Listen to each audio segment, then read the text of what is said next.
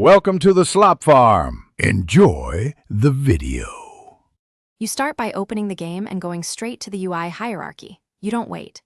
Once logged in, enable the developer console and make a quick backup of any UI assets.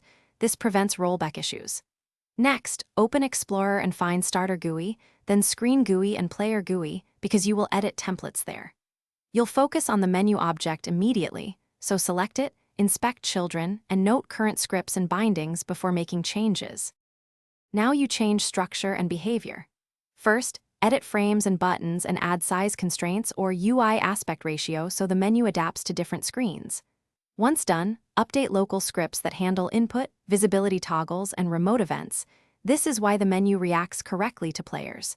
Make small incremental changes and test in play mode. If something breaks, revert the last change. Make sure to test keyboard, gamepad, and mobile touch because responsiveness differs across devices. Finish by publishing your changes and updating the place or asset version. You should run multiplayer tests to confirm replication and to ensure menus sync across clients. After publishing, monitor for latency issues and missing assets. You will see console errors that point to failed remote events or nil references. If something goes wrong, revert to your UI backup, check client versus server authority on scripts, and use print or warn traces. That solves most replication and timing bugs. Thanks for watching. Consider subscribing if we helped you today.